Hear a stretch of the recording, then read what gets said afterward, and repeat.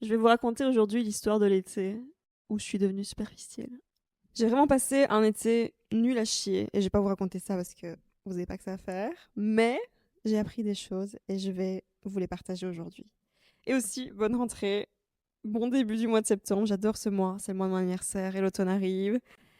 Ah, quel bonheur! Franchement, tout le monde admire l'été. Je sais pas pourquoi tout le monde met l'été sur un putain de piédestal, alors que l'automne, c'est tellement mieux. Et autant j'ai passé un été super bizarre, mais maintenant tout a changé depuis que c'est la rentrée. Donc je suis très contente de vous parler à nouveau et d'être là avec vous en ce mercredi matin. Donc bienvenue dans ce nouvel épisode de Good Morning Bruxelles.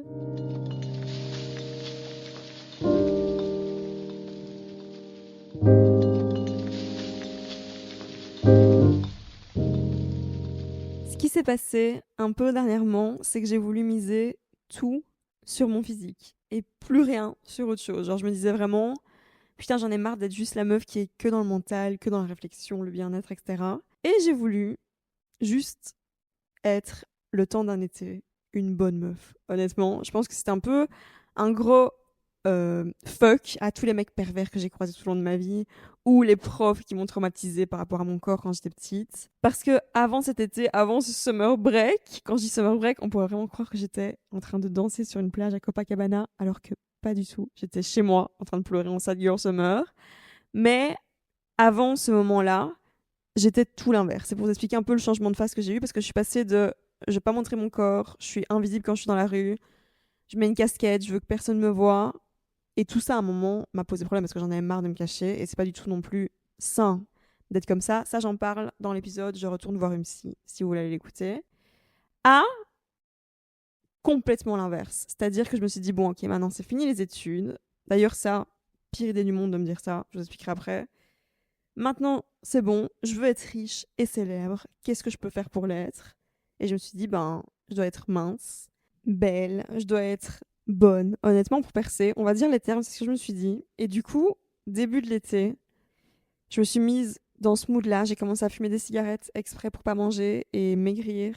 Je mangeais des fois juste des cornichons, un bocal de cornichons comme ça par jour. J'ai fait des trucs un peu extrêmes. Et au final, ça durait peut-être quelques semaines où je le faisais et je me rendais pas compte.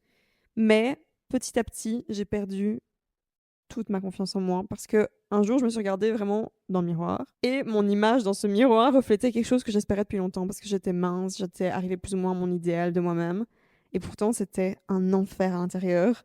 Je me suis dit putain, je me sens hyper mal, je suis devenue une poupée en plastique qui est conne, je suis une connasse, je commençais à me comparer à tout le monde, je me sentais comme une merde et j'ai commencé à me détester parce qu'en plus pendant ce moment-là, c'est le moment où j'avais plein de compliments, genre putain, t'as maigri, t'as l'air bien dans ta peau, t'as l'air heureux, t'as tellement confiance en toi. Et je me disais, ok, les gens pensent ça parce que j'ai maigri, mais ce que je suis à l'intérieur n'a rien à voir avec tout ce que j'ai fait là, en fait, tout ce physique. Et c'est là que l'univers a décidé de me passer un petit coup de fil et de me dire maintenant, détruis ton ego.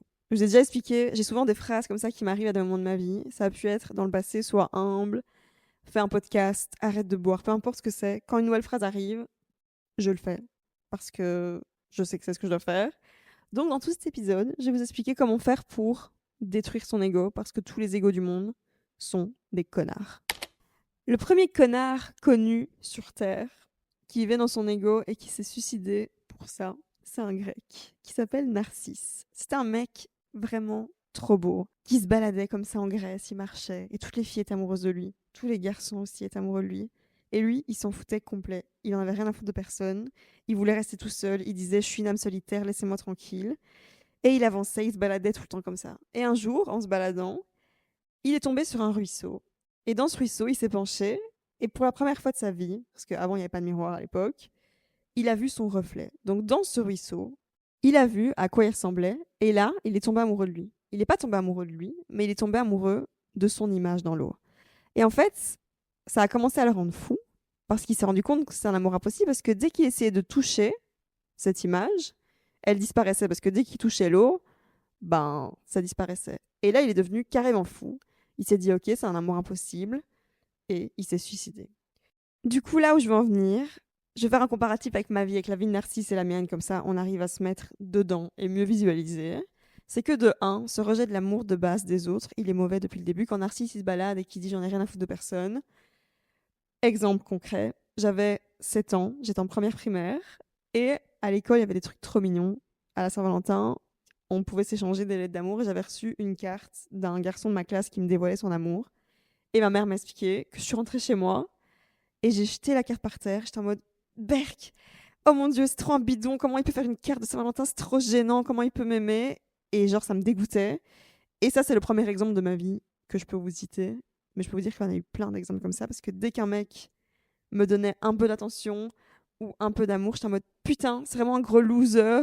C'est tellement horrible, comment c'est possible? Enfin, vous voyez, genre, c'est tellement en plus, je sais pas quel mot dire, mais contre-productif pour ma vie de considérer tous les gens qui m'aiment comme des losers. Enfin, ça n'a aucun sens. Quel enfer, ce truc-là. Ça s'est un peu arrêté après. Je pense quand j'avais 20 ans, j'ai arrêté de dire ça des garçons qui étaient amoureux de moi parce que j'ai compris que ça n'avait aucun sens.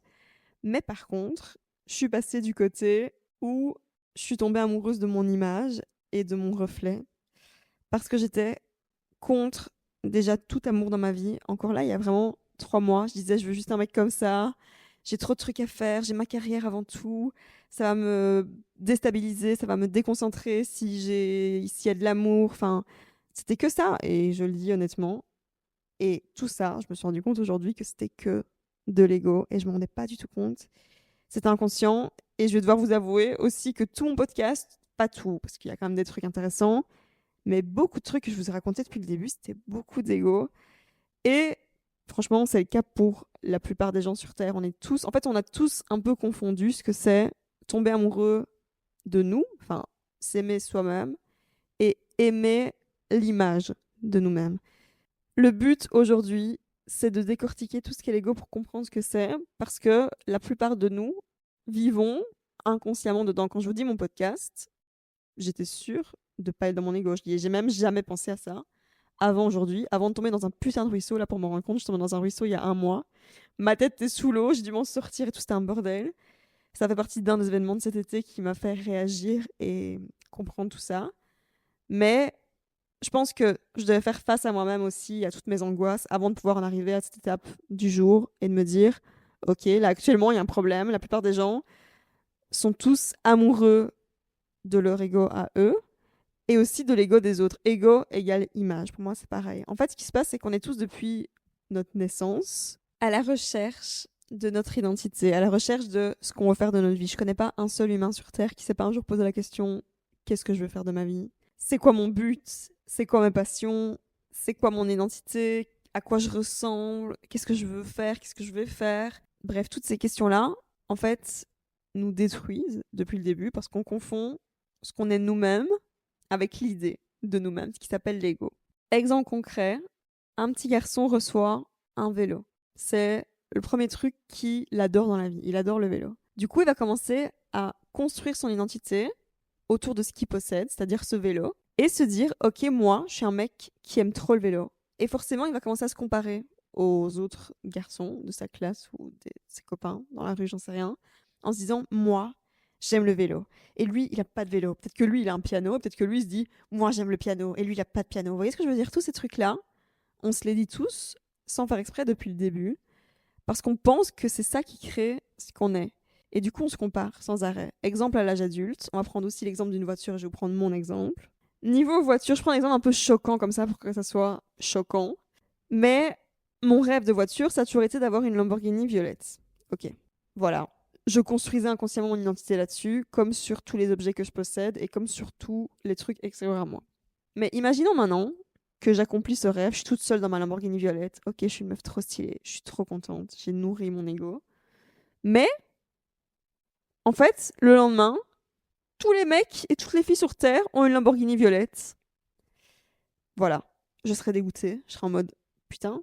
Du coup, en fait, inconsciemment, ce putain d'ego te donne envie d'être supérieur aux autres. C'est un process horrible parce que forcément, quand tu te crées ton identité depuis le début, c'est en te disant ça, c'est rien qu'à moi. Ma Lamborghini violette, de toute façon, tout le monde veut une Mercedes. Moi, j'aurais cette voiture particulière. C'est vrai que les gens sont souvent à la recherche aussi de trucs très particuliers. Vous voyez ce que je veux dire?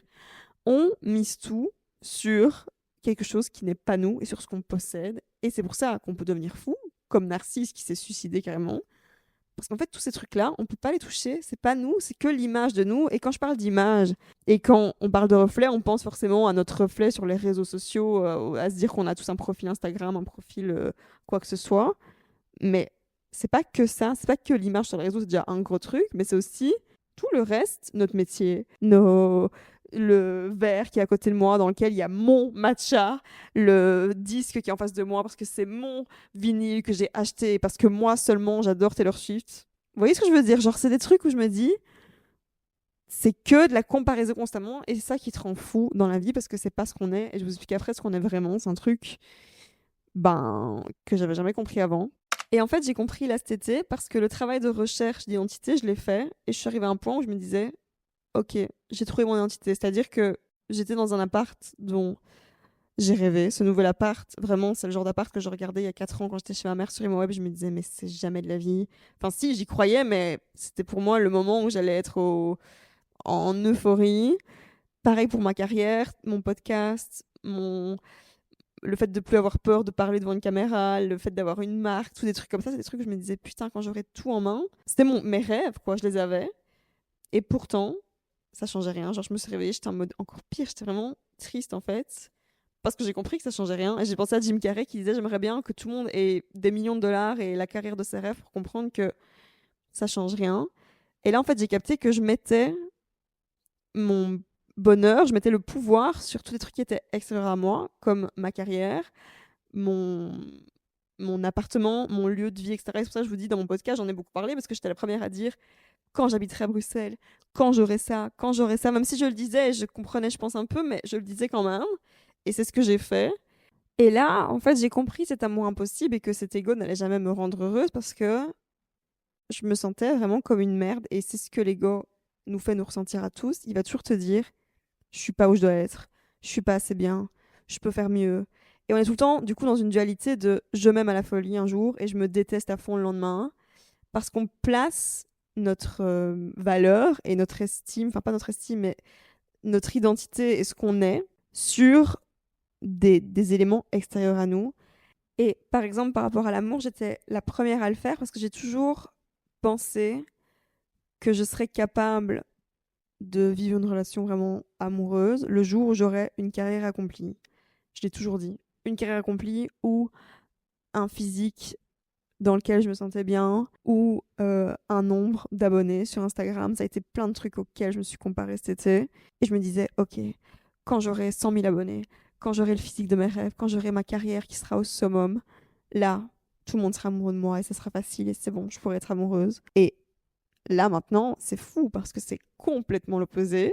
C'est vraiment le switch que j'ai fait cet été et je me dis, mais putain, comment j'ai pu penser ça vraiment toute ma vie, je l'ai pensé toute ma vie ce truc-là, en me disant mais si un mec est amoureux de moi parce que j'ai autant d'abonnés ou parce que j'ai une belle coupe de cheveux ou parce que j'ai une carrière, c'est que c'est juste un gros connard et je veux tout l'inverse de ça en fait, je veux que quelqu'un m'aime pour l'énergie que j'ai à l'intérieur de moi, pour ce que je suis vraiment et pas toute cette image que j'ai créée autour de moi parce que ça veut rien dire et c'est rien, c'est encore une fois comme Narcisse qui touche et que ça part direct, ça n'existe pas tout ce truc-là, donc c'est tomber amoureux de quelqu'un qui n'existe pas parce que ça fait pas qui je suis. Et ça, je le comprends seulement.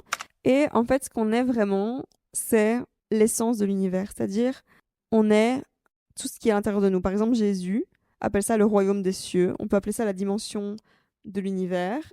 Et tous les gens lui demandent, genre à Jésus dans la rue, mais comment on fait? C'est où? Comment je vais l'atteindre? Je vais où pour l'atteindre? Et il dit, mais vous devez aller nulle part parce que c'est à l'intérieur de vous. Et en fait, ce truc-là, j'ai d'autres phrases, un peu des phrases voilà, mais je vais quand même vous les dire parce que c'est ça qui m'a aidé à comprendre. C'est tu n'es pas une goutte dans l'océan, tu es l'océan dans une goutte. C'est-à-dire que ce physique que j'ai, moi, 1 mètre, je sais pas combien je mesure, 65, je crois, autant de kilos, ces yeux, les couleurs des yeux que j'ai, tout ça, c'est qu'une goutte dans le putain d'océan. Et j'ai toujours pensé que ça faisait qui j'étais, alors qu'en fait, c'est l'inverse. Et du coup, quand tu comprends ça, tu te dis, mais en fait, c'est en moi depuis le début. Donc, le fait que j'habite à Bruxelles, que j'ai cet appart-là, que j'ai cette carrière-là, que j'ai ce truc-là, ça change rien. C'est que des mini-gouttes. Et c'est une immensité trouvée sur Terre. Et du coup, tout ce qu'on confond depuis toujours, l'ego, est créé par nos pensées. Parce que nous, en tant qu'humains, on a de la chance parce qu'on peut imaginer des choses, mais il y a une dualité encore qui serait, c'est que, ok, c'est cool, on peut imaginer, je peux faire un podcast aujourd'hui pour vous en parler, mais l'autre côté, c'est que ça va me faire me poser des questions. Je vais commencer à avoir plein de pensées qui s'appellent l'ego. C'est vraiment l'ego. Je vous dis, l'ego, voyez-le comme une version de vous extérieure qui est dans l'air, comme ça, comme un fantôme qui vous suit, qui n'est pas vous, qui n'existe pas, et qui va vous parler comme ça tout le temps, et qui va vous faire chier, en fait. Et l'étape, le moment de prise de conscience et de comprendre ce qu'on est vraiment, notre vraie identité, l'essence de l'univers, etc. Pour moi, le plus important, le premier truc à réaliser, c'est de se dire que nos pensées n'existent pas, parce que nos pensées sont notre ego. C'est-à-dire que nous, humains, on a tendance à mettre nos pensées sur un piédestal, à se dire que forcément, tout est vrai, que tout ce qu'on imagine est vrai, alors que la plupart n'existent juste pas. J'ai pensé au corps humain, et je me suis dit, en fait, notre cerveau fonctionne comme notre système digestif. Je vous explique. Par exemple, quand on mange quelque chose qui est bon pour nous, par exemple, on mange des légumes, si on mange pas, on meurt. Donc le fait de manger des légumes et de les mettre dans notre corps va nous apporter de l'énergie, va nous permettre de vivre et de marcher dans la rue et d'être en vie. Sauf qu'une fois qu'on a fait ça, qu'on a mis le légume en bouche, on oublie tout et on laisse faire le système digestif, on laisse faire le reste, ça passe dans l'intestin, les trucs à éliminer, le corps les élimine et merci, au revoir. Et je me suis dit, pour le cerveau, c'est pareil. C'est-à-dire que tout ce qu'on va manger, par exemple, là, le fait que vous écoutiez mon podcast, votre cerveau va le mettre dedans, mais toutes les pensées qui vont être créées après, c'est plus votre problème parce que là, c'est juste que nous, on se dit, ok, on doit aller les décortiquer et c'est un peu dégueulasse, mais c'est le meilleur exemple que j'ai trouvé. Je me suis dit, c'est vraiment comme si on allait décortiquer dans notre intestin, dans notre estomac, dans notre merde, tous les petits détails que le corps a décidé d'éliminer. Parce que les pensées toxiques, c'est juste ça. C'est juste dire, ok, j'ai passé tout mon temps à aller chercher chaque détail de la merde que mon cerveau crée. Alors que le but, c'est juste de s'alimenter et de créer et de travailler pour. Genre juste de manger des bons aliments, écouter des bonnes choses, regarder un film, peu importe, et après créer en fonction de ça. Et pas perdre tout son temps à aller chercher toute la merde qu'il y a dans les pensées que l'ego crée. Parce que l'ego, c'est comme votre merde que vous dégagez quand vous allez aux toilettes. Franchement, c'est le meilleur exemple parce que je me suis dit, mais c'est vraiment ça. Et quand tu comprends ça, tu te dis juste, j'ai perdu tellement de temps à vivre dans la merde. Et encore une fois, je pense qu'on n'a pas fait exprès parce qu'on a été éduqués en fonction de notre ego et en fonction de ce qu'on possédait. Donc forcément, on s'est identifié à ça toute notre vie. Mais dites-vous que s'identifier à de la merde, ça sert à rien. Ces pensées-là, elles sont juste faites pour être évacuées. Il ne faut pas perdre de temps dessus. Comme, encore une fois, vous n'allez pas aller examiner chaque détail de ce que votre corps fait pour éliminer tout ce qui n'est pas bon pour vous dans cet aliment que vous avez mangé. C'est pareil pour les pensées. Et on prend l'imagination pour ça, on prend juste le bon côté, on mange des bons trucs et le reste, c'est pas notre problème. Parce que vraiment, le overthink, il y a tellement de gens qui disent ça. Je suis overthinker professionnel, j'overthink tout. Ce truc-là, il te met juste dans la merde et ça te crée de la comparaison de fou. Et à partir du jour où je me suis dit, j'arrête mes études, je vais parler de trucs légers, allez tous vous faire foutre, je suis que dans mon physique maintenant, je vais faire 1 million de photos de moi et il y a que ça qui compte parce que je l'ai jamais fait et c'est le moment. Ma vie a commencé à dégringoler et j'ai commencé à être malheureuse parce que c'est pas du tout ça qui me rend heureuse. Je me suis dit, même si j'ai 4 millions d'abonnés et que je suis la reine des connes, enfin surtout, je serais hyper malheureuse. Quoi qu'il arrive, je serais toujours dans l'apprentissage, tout le temps dans le truc où tous les jours j'ai un truc à apprendre et c'est ça qui me rend heureuse, faire un épisode toutes les semaines, parler avec vous, apprendre des choses et être dans mon mental. Et je dis pas qu'il faut éliminer tout le reste. Par exemple, évidemment, être bien dans son corps, avoir une belle voiture, avoir un appartement, vivre dans une ville qui nous plaît, tout ça, c'est des trucs qui servent, mais je dirais qu'ils servent dans le GTA de la vie. Comme j'ai déjà fait un épisode aussi là-dessus qui s'appelle Rockstar Games. Ok, ça sert à avoir des points de réputation. Ça aide d'avoir une voiture qui roule vite et d'avoir un appartement avec plein d'espace et d'avoir une bonne crème hydratante et une belle coupe de cheveux parce que ça aide à gagner des points, faut pas se mentir, c'est clair. Et on se sent mieux, mais ça fait pas qui on est ni notre bonheur. Ça aide à gagner des points, à jouer au jeu de la vie. Et le but, c'est de s'entourer de gens qui nous aiment et qui vont nous aider à jouer à ce jeu, mais pas qui vont venir parce qu'on a beaucoup de points. Vous voyez ce que je veux dire? Les gens qui viennent parce que vous avez beaucoup de points à GTA, je peux vous dire qu'il faut les dégager direct. C'est des cons et c'est des narcissiques ou des profiteurs ou que sais-je, je sais pas c'est quoi le mot. Mais non merci. Et surtout se rappeler que les points de GTA, c'est cool, c'est marrant, mais c'est pas réel. Encore une fois, ce qui est réel, c'est l'essence intérieure, les points et tout ce qu'on fait autour. C'est que pour jouer. c'est pas réel comme le jeu. Et par rapport au point et à la peur de l'échec, c'est un truc que j'ai eu aussi cet été. Je me sentais mal par rapport à mon nombre de vues, etc. Et je me disais, je fais des vlogs et je prends du temps à faire des trucs et j'ai pas forcément les vues que je voudrais. Encore une fois, je me sentais pas assez bien. L'ego me parlait. Et j'ai vu une vidéo tout à l'heure de créateur qui disait que tu sais jamais qui te regarde. Lui, par exemple, il a découvert sur YouTube, donc lui, Tyler, de créateur, qui était déjà un chanteur célèbre et qui avait du succès. Il a découvert sur YouTube un mec qui s'appelle Rex Orange County, qui fait de la musique trop bien. Au tout début, le mec, il avait 6 vues. Il a vu sa vidéo et il a dit putain, mec, t'es trop stylé, viens à Los Angeles. Alors que le mec avait 6 vues, donc il disait tu sais jamais qui te regarde, donc ne crée pas pour le nombre de vues. Crée parce que tu as envie de créer et parce que tu as envie d'apprendre et parce que tu as envie de partager qui tu es. Et encore une fois, c'est ça l'essence de ce que tu es, de l'univers, de l'océan, de tout ce qu'on veut. Tu crées, tu prends l'imagination et tu crées, tu fais que ça. Et le reste derrière, ben, laisse faire et tu sais jamais vraiment qui te regarde. Et la peur de l'échec ça sert à rien non plus parce que j'ai pensé au médecin et je me suis dit, un médecin, il va quand même rater des trucs, il va quand même tuer des gens, surtout. C'est ça, rater un truc pour lui, c'est tuer quelqu'un. Est-ce que moi, je vais tuer quelqu'un en n'ayant pas beaucoup de vues sur un réel ou sur un podcast ou que sais-je? Non. Donc, à un moment, arrête moi-même de me prendre la tête pour des conneries pareilles qui n'existent pas. Et ça fait du bien de se rendre compte parce que l'ego est détruit. Là, j'ai réussi à le détruire. J'espère que grâce à cet épisode, vous arriverez à comprendre et détruire le vôtre aussi parce qu'on en a tous un. Et le jour où il est putain de détruit, ça fait du bien parce que on est juste dans la création en fait. Autre élément qui est dans la création, que j'ai compris cet été, c'est d'arrêter de me prendre la tête pour donner des crédits. J'ai lu ça dans un livre et j'étais en mode il a trop raison. Ce truc de vouloir donner des crédits, je sais pas comment on appelle ça en français, mais dire d'où vient nos... Par exemple là pour cet épisode, j'ai 1 million de sources, de livres que j'ai lus, de films, etc. Je place des trucs, vous allez comprendre de vous-même. Par exemple, le titre, on peut très bien comprendre que c'est une référence au voyage de Chihiro. Mais pour autant, est-ce que j'ai besoin de me prendre la tête à l'expliquer? Avant, je me prenais la tête parce que syndrome de l'imposteur, bordel, ego complet, de me dire regardez, faites-moi confiance parce que j'ai vu ça dans un livre, j'ai vu grâce à ça, ça vient du film Le Voyage de Chihiro, ça vient de Billie Eilish, ça vient de Taylor Swift, ça vient du grand sage et penseur. Le message est plus important que le messager. Ça, c'est un truc que j'adore. C'est de me dire les crédits, on s'en fout complet. Et surtout, vous n'avez pas envie d'entendre. Voilà, alors j'ai lu ça. Par exemple, la chanson Shiro de Billie Eilish. C'est clairement aussi une référence. Enfin, elle a été inspirée du film Le Voyage de Shiro. Mais est-ce qu'elle commence à écrire dans ses paroles alors voilà, grâce au film, je peux vous écrire une chanson? Non. Elle fait une chanson, elle fait sa création. On comprend ce qu'on veut comprendre, on trouve nos sources et on voit, mais on va pas l'expliquer. Et avant, je me prenais beaucoup la tête pour ça. Donc, et même niveau ego de moi-même, si quelqu'un racontait quelque chose que j'avais raconté dans mon podcast, sans me citer, je le prenais mal. Ou si quelqu'un prenait une idée que j'avais, sans me citer, j'étais là en mode putain, c'est mon idée. Mais les idées appartiennent à tout le monde. Le but, c'est de partager. Encore une fois, un médecin. J'ai pensé à Meredith Grey, parce que c'est vraiment la seule référence que j'ai en médecin. Je me suis dit, qu'est-ce qu'elle s'en fout si elle trouve une grande solution pour aider les gens, les humains et les soigner, si un autre médecin va trouver sa technique de... Je sais même pas comment on appelle ça. Son... son truc pour soigner les gens, est-ce qu'elle voudra que ce médecin, à chaque fois, il dise c'est grâce à Meredith Grey? C'est complètement égocentrique de se dire ça.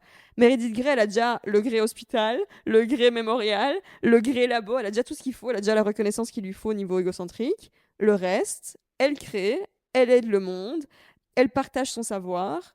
Et ce que les autres font derrière, ça s'appelle la création. Je pense qu'à un moment, on s'en fout de citer les gens.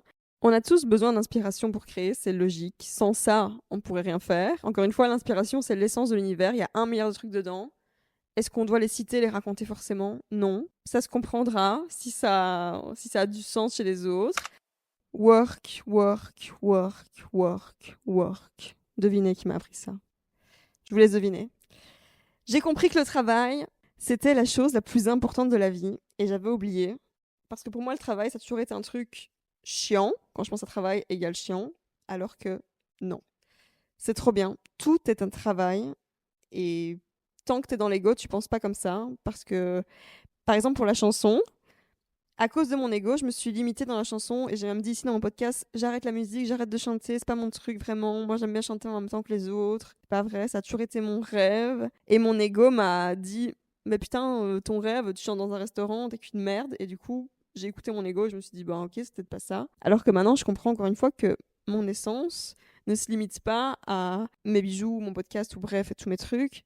J'aime chanter et c'est juste ça qui compte. Et j'ai pensé à ça parce que j'ai vu une série où une fille aimait trop chanter et elle aurait tout fait pour aller chanter. Et dans ma tête, je me suis dit, j'aime trop ça. J'ai repensé quand j'étais petite, j'avais chanté à l'île Maurice. On était en vacances en famille. Et c'est la première fois que je chantais en public. Et j'ai ce souvenir, je me souviens pas beaucoup de trucs, mais ça, je m'en souviens vraiment bien. Et je chantais justement du Rihanna. Voilà la référence. Et c'était un des plus beaux moments de ma vie parce que je chantais, les gens m'écoutaient parce que je chantais et j'aimais ça. Donc chanter dans un restaurant, dans un mariage, dans une salle où il y a une personne ou devant une caméra ou chez moi toute seule, chez moi tout seul, je faisais encore, mais j'aime juste chanter et je m'en fous des chiffres ou du stade où j'en suis dans ma carrière musicale. C'est même pas la carrière, c'est de la merde.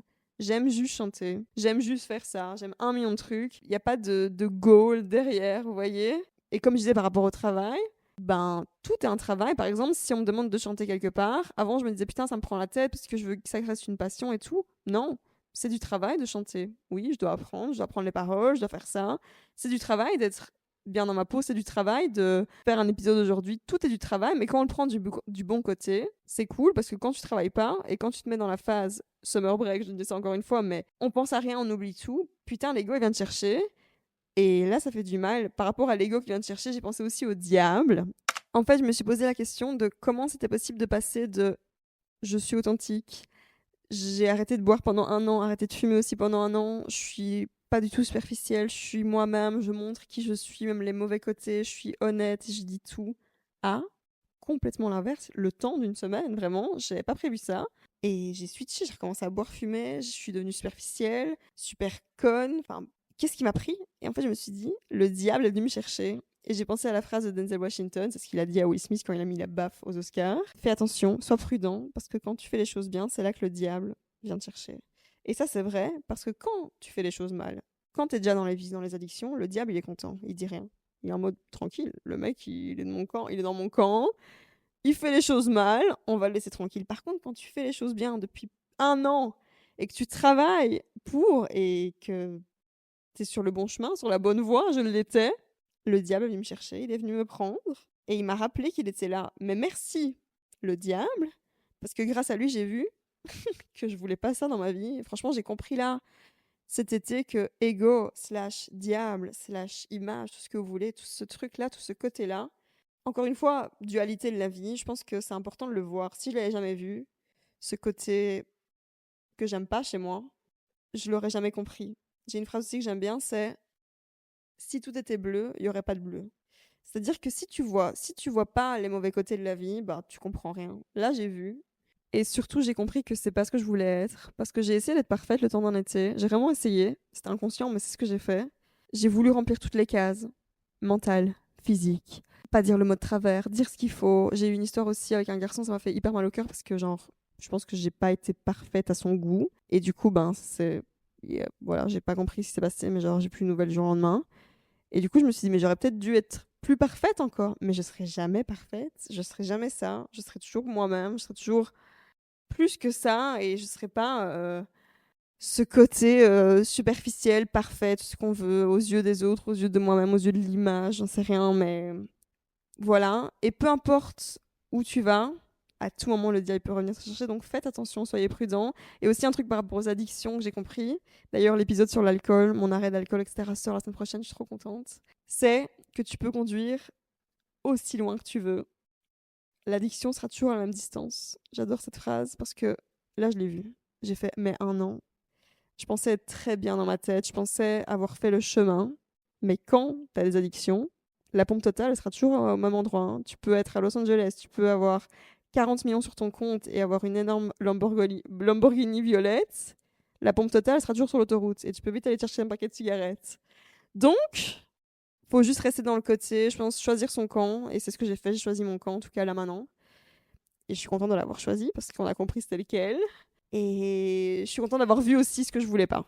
Rappelez-vous que les gens vont toujours se rappeler de ce qu'ils ressentent quand ils sont avec vous. C'est-à-dire que si on agit dans l'ego, dans tous les cas, je vous le dis, la personne en face, elle va se sentir comme une merde. Vous allez vous sentir comme une merde. Et la personne en face aussi, parce que agir dans l'ego, c'est prouver, montrer ce que vous avez. J'ai ça, je suis à cet endroit, je suis dans ces belles vacances, j'ai cette énorme maison, etc. Vous allez créez votre identité en fonction de ça. Donc, comme narcisse, à tout moment, ça pourra vous tuer parce que vous allez devenir fou en vous disant, mais ok, je me prouve et je montre ça, mais ça me rend quand même fou, ça vous rendra pas heureux. Et la personne en face, ce qu'elle va se dire, c'est, je suis qu'une grosse merde, moi, j'ai peut-être pas autant et je me sens mal. Et est-ce que c'est une énergie qu'on a envie de partager? Je pense pas, pour personne.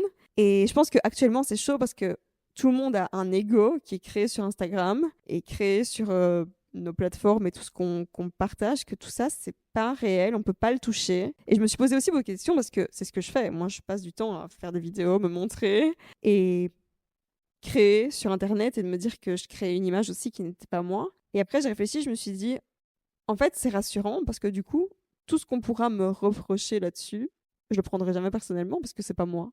Donc même si évidemment, je me mets là dans ma phase travail et dans mon bon chemin, du bon côté de la vie et pas du côté du diable. Donc j'espère faire les choses bien. Mais ce qui se passe derrière, si un jour j'ai de la haine sur Internet, des trolls ou quoi, ça peut arriver. Là, je suis sur Thread, je commence à avoir des gens qui me mettent des commentaires à la con, ça arrive, c'est normal. Tout le monde à un moment se prend ça. Ben, je serai OK avec ça parce que c'est pas moi-même. Ce qui comptera, c'est les gens qui vont ressentir ce qu'ils vivent avec moi. Et ce que je compte partager, c'est pas pour prouver, c'est pas pour montrer. Ça aussi, c'est différent. Les gens qui veulent montrer ce qu'ils ont, je les ai beaucoup vus là dernièrement, maintenant que j'ai capté ça, qui montrent où ils sont, ou ceux qui juste partagent ce qu'ils ont envie. Ben, je connais le contenu que j'aime bien regarder et c'est vraiment le contenu qui partage juste et surtout pas qui monte. Ça me met mal, mais direct. Et du coup, je veux tellement pas m'entourer de gens comme ça parce que ça me fait du mal.